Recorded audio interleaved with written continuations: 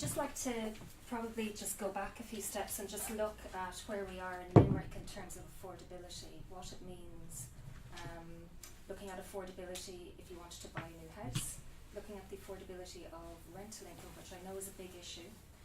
We're trying to get into the rent pressure zone designation as rents are starting to climb very unaffordably in Raheen and Duradoyle and even the city centre.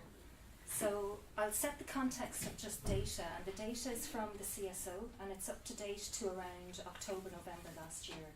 So that's the best available information we have of where we're at in terms of rental and house price purchase. Moving on to the next slide, I'll just talk through tenure mix in Ireland. You know, we've had a very high ownership, owner-occupier ownership from 1946 right up to 1991 when it reached its peak at 80%. And you can see from 1990s right down to 2016, the last census, we're down at 67. So home ownership is going down. And you can see here in red, this is the level of private rental is going up. So the trend is that home ownership maybe is becoming less obtainable because of the central bank rules obviously have placed a lot of restriction. Generally, housing stock is probably not available to the same extent as it was. We've had a rise in tenant purchase, for example, which had a huge effect on council stock during the 70s and 80s, where a lot of people bought their house. So there's less flux in the market to create new opportunities. But it's an interesting trend. Ownership is going down and rental is certainly going the other direction. And this is the context in Limerick. We're at about 67.6 in the state and 67.9, so we're just above the state average in terms of home ownership. Just the next slide then is looking at the volume of sales of Limerick City from 2010 right up to 2018, so October 2018. So you can see the trend is definitely going that way. 257 sales in May last year. So just go on to the next slide. The value of those sales, so they're increasing. So 41.1 was at its peak there in August 2018. So there's a general trend going in one direction, and new build residential completions activity is increasing in Limerick. The next slide then, just looking at the average house price and the average rental price in Limerick based on the data we have. So in terms of the CSO, for a new build first time, the average new build house price is 290,000 in Limerick. In terms of the rental, this is from the DAFT report, the average rental is just, it's quite high, 1,151. But we all know that these are averages, that we know that the market rent is extremely high. It's 13, 14, 15, 1600. We know that average new build prices are much higher. So the next slide will show new build developments. We have Shleenamonach, a 3-bed is 287. We have the Grange in Raheen, 3-bed starting at 270. We have Templeville just at Punches Cross, a 4-bed is 320,000. We have Rossmore, 235. We've Walker's Road, old schoolhouse in Monaleen. You're looking at 260, 270,000 to start off with. So those are the type of prices being commanded at the minute in Limerick City. And if we go on to the next slide, these are just an example of what the market is churning out now. In terms of rental, the rental is 1,151, that's the average. And these are snapshots that I just took from DAFT this week. So we've got a house, 3-bed house, 1,800, 1,600 a month and 1,300 a month. So the market is saying something completely different to the average.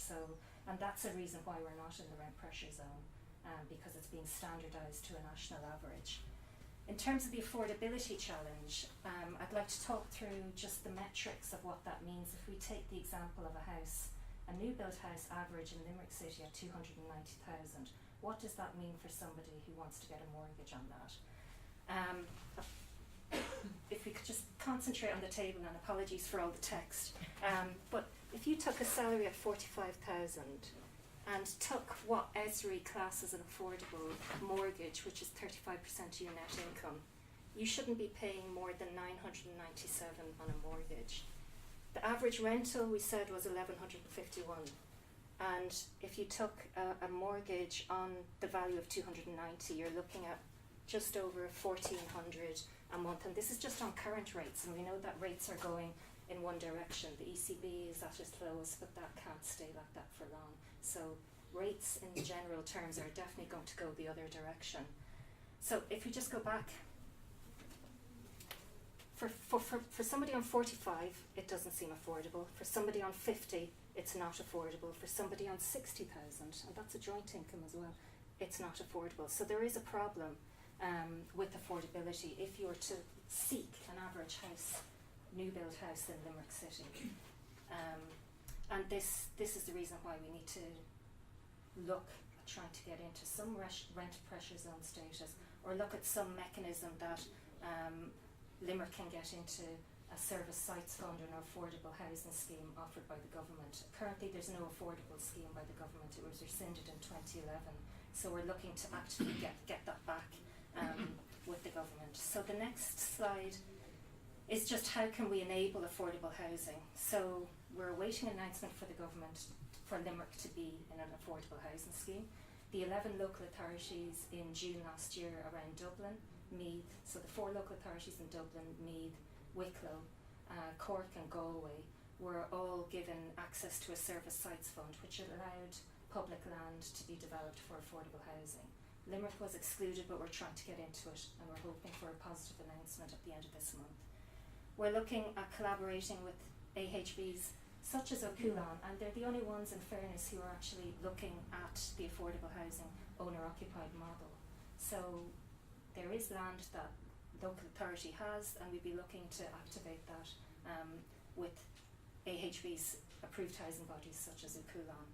The Urban Regeneration Development Fund, Rosie's going to talk about the Living Georgian City Initiative. That's state money available to develop demonstrators in Limerick City in the Georgian district, and Rosie will talk about that a bit more for affordable housing and co-living.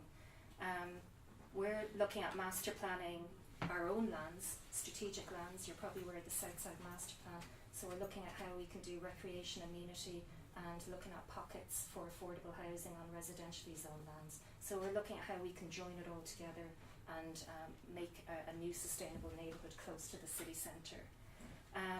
We're looking at the UK. Is there a chance for us to start lobbying government to try and get the Community Land Trust model legislated for? We don't have that, and there's a reason why we don't, because the owner occupation model has been the way Ireland has operated for a long time.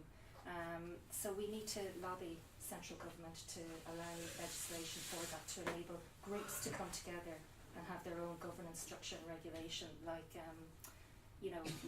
multi-unit developments, if you have your own board of directors and sinking fund and all the rest. So in England, interestingly, they've the Self-Build and Custom House Building Act that's in place. So if you've public land and you're a group and you have a group that want to come together and develop their own co-living or housing, you can get first option on public land. You have a right to build, essentially, on public land. They keep a register, and rather than them disposing on the private market, the community group is seen as the first preference to develop that out for co-living. So those are really important to start lobbying positively central government to try and change the way we think about delivering affordable housing. So thank you. Thank you very much.